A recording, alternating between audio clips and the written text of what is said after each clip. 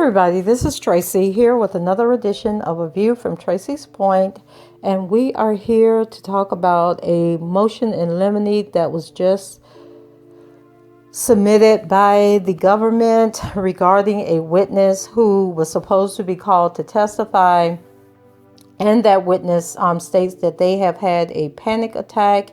And so the government doesn't want to stress them out any further. Okay.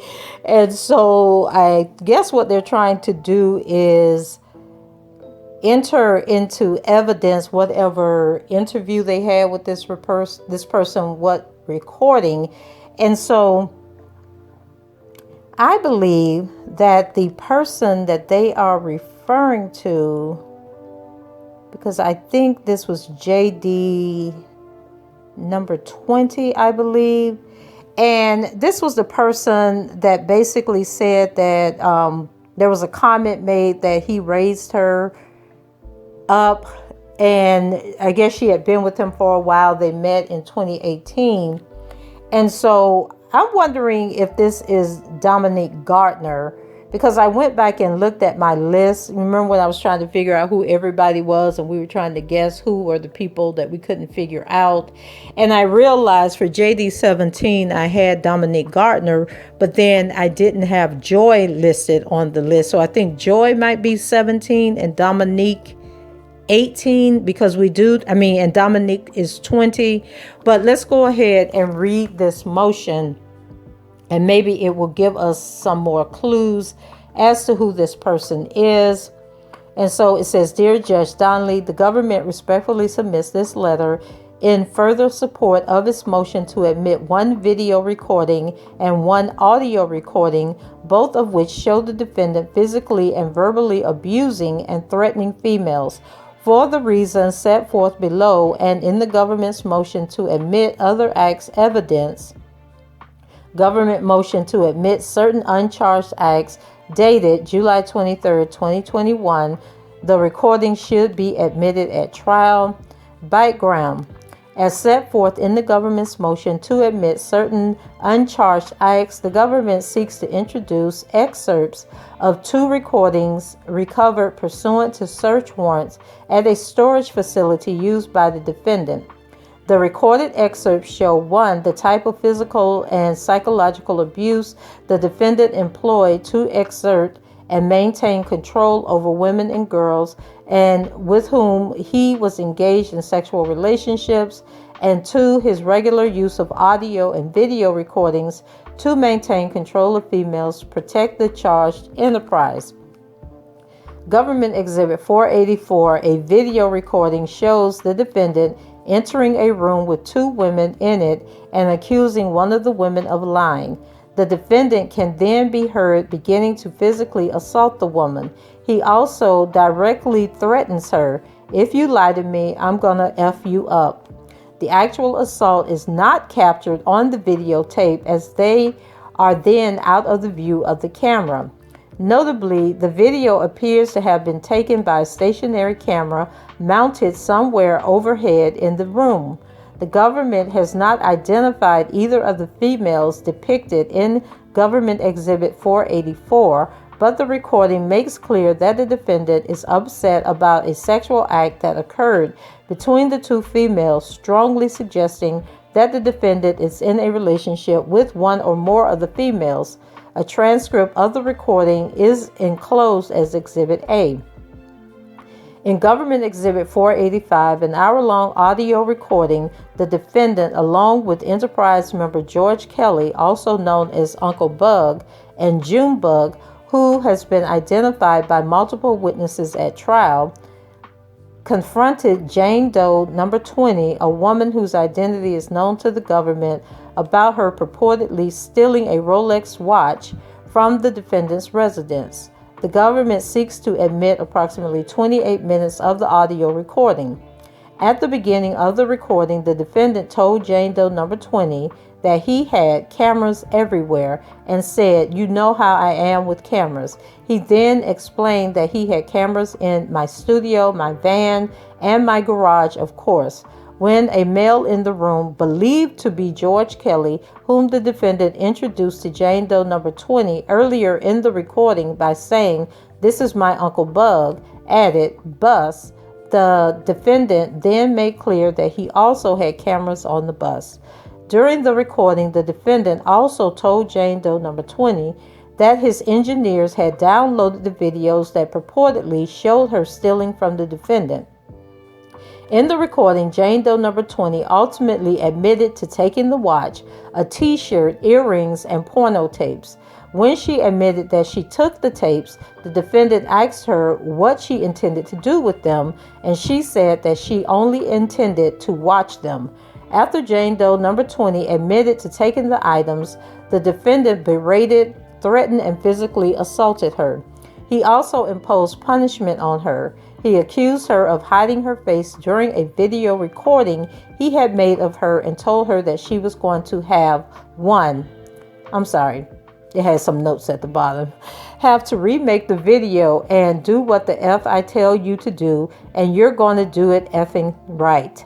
At the end of the video of the recording, the defendant directed Jane Doe number 20 to go to his garage and stay there until he directed her to come out. He told her that she could not make any calls other than to him and the studio. The defendant also made several admissions during the recording, including that he and Jane Doe number 20 had been together for 10 years and that he raised her. At the very end of the recording, after several minutes of silence, the defendant's engineers can be overheard saying that they would have strip searched her. Thus, in context, the recording appears to have been made in the recording studio itself and with the knowledge of the defendant's engineers. As noted above, the defendant also said on the recording that his engineers downloaded the videotape that purportedly showed Jane Doe 20 stealing a watch. An excerpt of the threats made by the defendant on the recording is set forth below, and the full transcript of the recording is enclosed as Exhibit B. There's only one way you're going to get rid of this, for me to trust your ass again. You're going to do the F I tell you to do. When you made the effing tape for me and I looked at that shit, you was hiding your effing face all over the shit because you didn't want to be seen. I told you to effing trust me, and here it is, I can't effing trust you. You're the one who's effing trustworthy. I'm a loyal man. Shut the F up. You're going to do that shit for me, for effing free. And you ain't gonna hide your effing face on me. You're gonna do what the F I tell you to do, and you're gonna do it effing right. Then I'm gonna gain my effing trust back with your ass. If I even detect you trying to hide on that S, I'm gonna blow this S the F up. Do you hear this S I'm telling you? I effing raised your ass. I raised you. Effing murdered for doing, then there's some unidentifiable verbiage that he used. Effing murdered for doing S like this. And I think he said people get effing murdered for doing stuff like this. Shut up. Shut the F up. You're going to do this S effing right. You're going to gain my effing trust because you effing owe me that. You hear me? You effing understand me. You're going to do what the F I tell you to do to gain my mother effing trust. You better not ever in my mother effing life take from me again, or I will be in Florida and something will happen to you. You understand what I'm telling you? Now you go to the effing garage. You chill there until you hear from me. You understand me. You take your effing phone. You don't call no mother effing body, and I will know if you did. You can go in the closet. You can go wherever you're going to go. but I'm going to know if you did. You come over here for something to eat or you call to me, and that's the F it until I tell you can go back into that room. Okay, do you hear me? Go to the garage, write the F now. When I come and get you this time, you better be effing like you supposed to effing be.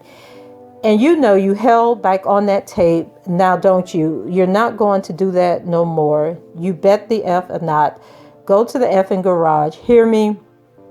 You're not going to tape until I tell you. When I tell you, I don't give a F if you're coming out of your sleep. You better be effing ready. Do you understand? I better feel like you asked me to do. You make no effing calls except the studio or me. So also on the recording, the defendant expressly threatened Jane Doe number 20 that he would be in Florida and something would happen to her if she stole from him again, and commented that people get murdered for doing what she did.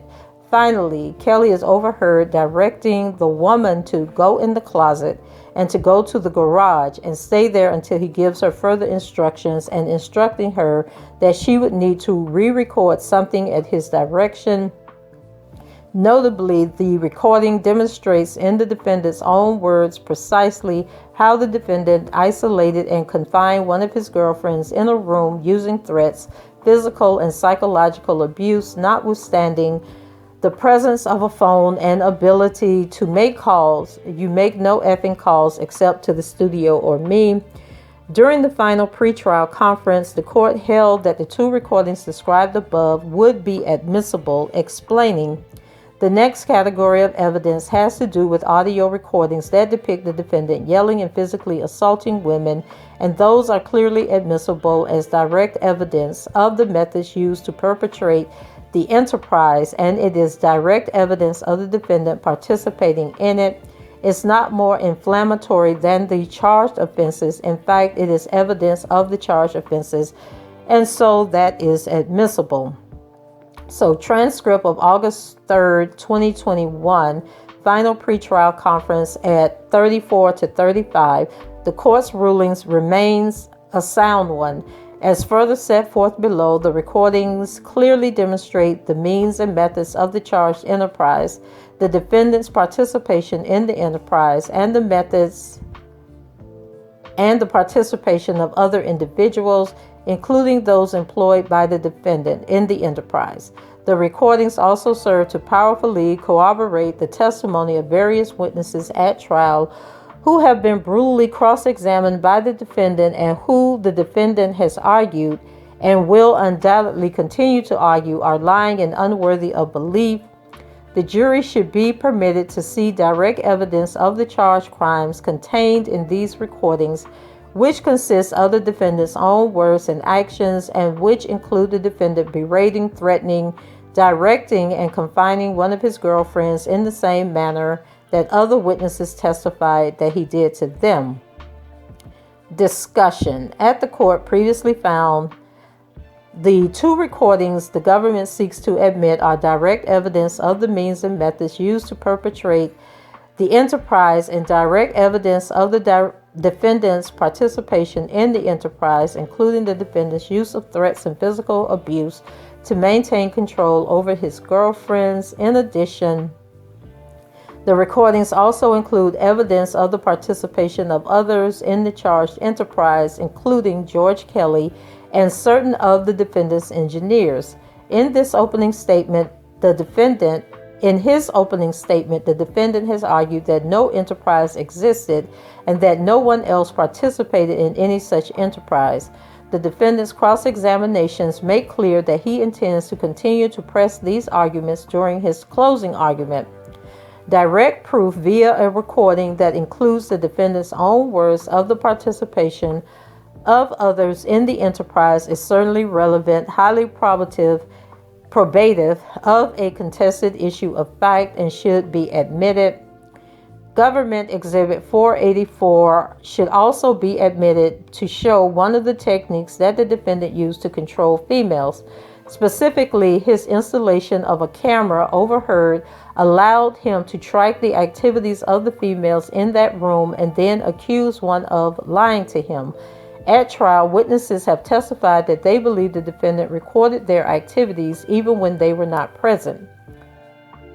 Okay, well, how could he record their activities if they were not present? But anyway, finally, the fact that the defendant made and then kept these recordings in a storage facility for a period of years is probative of the lengths to which the defendant would go to maintain control over females in his life. The recordings are also admissible to rebut testimony elicited by the defendant on cross-examination and arguments that defendant has already made and will continue to make regarding both the government's witnesses and the nature of the proof in this case. For example, in an apparent attempt to support an argument that the government's witnesses are lying about abuse inflicted on them by the defendant elicited testimony from former employee Diana Copeland about the purported respect afforded by the defendant towards females and attempted to paint the defendant as a generous and loving boyfriend. For example, during cross-examination of Diana Copeland, defense counsel elicited that the defendant stood up when females, including his girlfriends, entered the room and opened doors for females. Question: okay, but when his girlfriends came into the room, he stood up. Am I correct? That's correct. In fact, when you came into the room, he stood up. Am I correct? That's correct. And in fact, he would stand up anytime a female came in the room. Am I correct? That's correct. And he would open the door for any female. Am I correct? That's correct. It wasn't just his girlfriends. Am I correct? That's correct. Now, and he hired personal assistants to make sure that the needs and the wants of his girlfriends were attended to. Am I correct? That is correct. And then they're reading from the transcript, probably from yesterday, because I think that's when Diana Copeland was on cross-examination. So, defense counsel further elicited testimony from Ms. Copeland that the defendant showered his girlfriends and female guests with gifts, fancy parties, rooftop dinners, and purportedly directed his assistants to wait on them hand and foot, and had never seen the defendant treat his girlfriends badly, confine them to any rooms physically, try to stop them from leaving, or abuse them in any way. And then they read where that is from on the transcript. And there are some notes, and I'll go back and read the notes when I'm finished. So it says, indeed, through his cross-examination of Ms. Copeland and other witnesses, it is apparent that the defendant intends to argue that any confinement of female guests and girlfriends at various locations was either incidental for security purposes, or that no one except perhaps Ms. Copeland herself was permitted to roam freely in the defendant's spaces. Similarly, defense counsel elicited testimony from Suzette Mayweather that she never saw the defendant physically abuse any female, let alone the ones who testified at his trial. In fact, you never seen Mr. Kelly hit anyone. I have not. Now, how long did you work with him? From October 2015 until early February 2017. Through his questioning, defense counsel further attempted to argue that any use of terms describing anything the defendant said or did as directing or instructing Ms. Copeland or others do anything was simply the government's characterization of the defendant's words and actions, and not based on actual reality. The recordings the government seeks to admit prove just the opposite, and in so doing support the testimony of the government's witnesses, including Geronda Pace, Jane, who's Azrael Clary, Anna, who was Faith Rogers, Anna was Haley Calhoun, and Faith, all of whom testified about the defendant's ability to control, confine, and physical abuse them. The defendant vigorously cross-examined each of these witnesses and clearly intends to argue that they are all lying about the defendant's behavior towards them. The recordings show the defendant, in his own words and in his own actions, employing the very same means and methods on other girlfriends, including the defendant, clearly threatening, instructing and directing one of his girlfriends to remain in a room to take her phone with her, but demanding that she not call anyone but the defendant and threatening that he will find out if she does. Now you go to that effing garage, you chill there until you hear from me, you understand me, you take your effing phone. And then she basically restates what I've already read above. And then she says, notably during his cross-examinations, the defendant has argued that the fact that certain witnesses were not locked in rooms or had their phones meant that they were free to come and go as they please, and he will certainly continue to make such arguments to the jury. In these circumstances, the government should be permitted to present powerful evidence from the defendant's own mouth to corroborate witness testimony in this regard of precisely how the defendant's exertion of control worked even when a door was not locked and a girlfriend had access to a phone. Finally, the probative value of these recordings cannot be overstated. The recordings the government seeks to admit consist of the defendant's own statements and actions in his own words and his own voice. They thus provide unassailable proof that the defendant had no compunction raising his hands to females, overtly threatening them and directing them to stay in locations and not leave until he said otherwise. Such evidence is palpably and powerfully different than witness testimony, which can be challenged on the basis of memory, perception, and credibility. Unlike witness testimony, the recordings contain the defendant's own words and actions, irrefutably rebutting the defendant's argument that he was always respectful towards women, that he treated his girlfriends and female guests well, and that he never physically or psychologically abused anyone. They also directly refute the defendant's arguments that no racketeering enterprise existed and that the defendant's employees and associates were not members of any such enterprise. Enterprise member George Kelly is present and participates in the defendant's interactions with Jane Doe number 20 on one recording, where the defendant himself also describes the involvement of his engineers and where the recording makes clear at its conclusion that the engineers were, let me go down, they have more notes here, were present when the recording was made as well, suggesting they would have strip searched Jane Doe number 20. Such evidence is particularly probative, whereas here the defendant appears to argue that the presence of his engineers in the studio 24 hours a day prevented him from engaging in any abuse of his female guests and girlfriends at that location. In a case where the very existence of the enterprise, let alone its membership, is being vigorously challenged by the defendant, there is no proper basis to exclude such clearly relevant and highly probative evidence. Conclusion: for the reasons set forth above and in its initial memorandum, the government respectfully submits this motion should be granted. So let's go back up here and read some of these notes. Okay.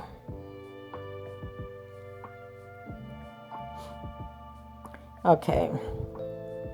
So on page 2, note 1, the CD sleeve containing the recording is dated 2008, and in context, the recording appears to have been made on that date.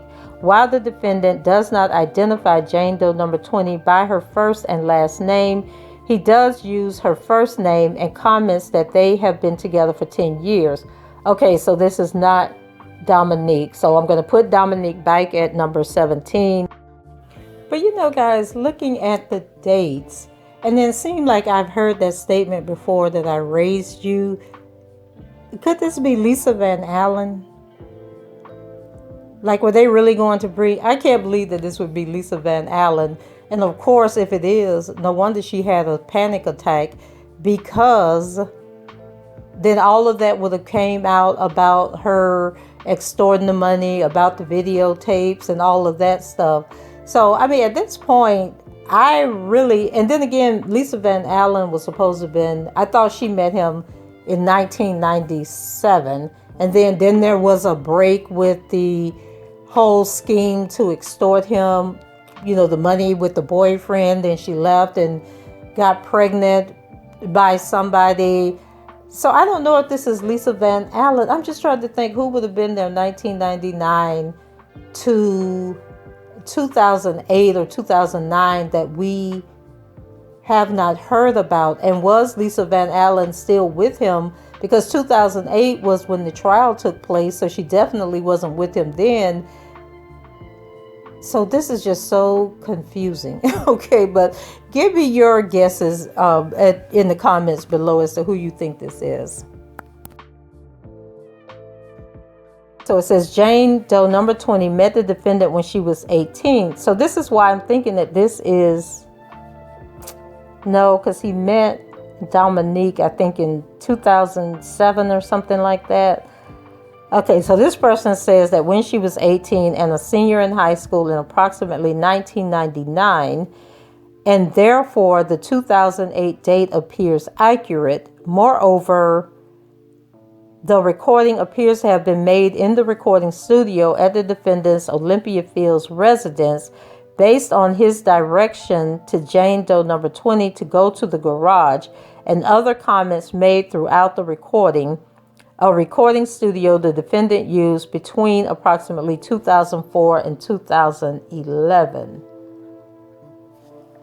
Now, I thought the LaToya chick claimed that she was like 13 or 14 when she met him. Okay, this is confusing.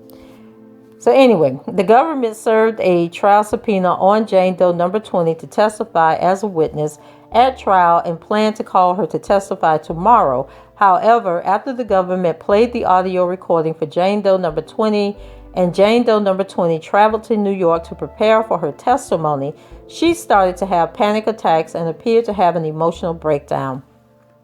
For the sake of her mental health, the government advised Jane Doe number 20 that it would not call her as a witness at the trial.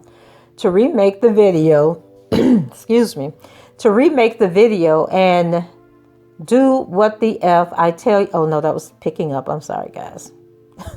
I already read that. That is part of their argument. So let's go down. There were some more notes further down. Okay, let's see. Okay, so note number 3. Indeed, during Ms. Copeland's cross-examination, defense counsel elicited the following to suggest the defendant never confined any of his girlfriends. And I've already read that, so they're just basically taking from the transcript what she said. Okay, and then let's see if there was another. Okay, and then they were continuing with what Diana Copeland said, that she didn't see him denying women food, water, drinks, never saw anyone locked in a room, never. So obviously, whoever this person is that he sent to the garage, he probably only sent them there for about an hour or so. So it's not like they were there overnight. And let's see. Then number 4, cross-examination of Anthony Navarro. Question: you never received any calls at the front desk that said that they wanted to leave and they weren't allowed to, correct? And then he replied, there's been times where there's people that wanted to leave and they couldn't because either they couldn't get a ride or we couldn't get a hold of Rob. Question: okay, these people, they had cell phones as well, correct? And then note number 5, moreover, that the women in these recordings are not testifying at trial does not alter the conclusions that the videos contain direct evidence of the means and methods of the enterprise or the defendants and others' participation in the enterprise, or that the videos powerfully corroborate the testimony of other witnesses. And I think that was an excerpt from the opening statements from the government. Now, I suspect that when the defense attorneys filed their response to this motion, that they are basically going to point out that They need the witness to testify to give context to what was happening in the room at that moment when all of this happened. And then they're also going to argue that if the witness is not there, then they are unable to do a cross-examination to question her about what was happening in the room or what would have been her testimony if she had been there. And so I don't know. I mean, Judge Donnelly has been kind of wicked with her rulings, but it seems to me if the person is not there to testify, then you can't be introducing evidence pertaining to that person and then expecting the jury to just take the government's word, because they're trying to say that this is evidence of the enterprise. But when you think about it, Rolex watches cost a pretty penny, because I was just watching a video skit with Country Wayne and Mike from Ready to Love. He had joined the cast on some of these skits that Country Wayne does. And so Country Wayne was talking about his Rolex, and his Rolex was $62,000. And then Mike countered that his Rolex was $92,000. So this is not like a $500 watch, $1,500 watch. This probably was a watch that was of great value. And I would think that the average person, that if they were in a relationship with somebody and they stole a valuable piece of jewelry from that person, that person would probably go off. There might be a physical altercation. So once again, this evidence that they're proving just shows somebody who is not very kind to the people they were in a relationship with. It doesn't go to any type of enterprise that was taking place. And the fact that the engineers were there 24 hours a day, they're engineers, they're in the studio, people are recording, and that's what they're there to do. And the fact that there are cameras throughout the house, I guarantee you any celebrity, any person of value, any millionaire, some thousandaires, if you go into their home right now, they have cameras in every room all over their house. So the fact that employees were there witnessing this doesn't mean that there's an enterprise. And the fact that now, as an employee, I mean, I guess they know how crazy he is, and he would have docked their pay, as we've already seen that he doesn't have a problem docking people's pay for not doing what they're supposed to do. But I would think a man with any value to him probably would have interjected and said, you know, man, don't talk to that girl like that. Don't treat her like that. But then they are probably also looking at these women like, y'all are stupid as hell to be in here putting up with this. And if this is what you want to put up with, this how you want to live, so that you don't have to work. Because in Dominique's own words, they were there putting up with that crap because they didn't want to get a job and they enjoyed the money that he was spending on them. So bad behavior, yes. Shouldn't have been treating the woman like this. Borderline abusive, yes. But does it give to an enterprise? And once again, the answer is no. He was just a person with money who was able to attract these stupid women, and they didn't want to leave because they liked all the things that they got. You know, as was it Faith or Haley that said, I think it was Haley, like he was giving them $5,000-$10,000 a month. He was taking them on shopping sprees. They were able to travel all over the place. They were living rent free, so they didn't want to leave. And so I guess when you are living that type of lifestyle, then you subject yourself to different types of abuse. And so that is not a criminal enterprise, in my opinion.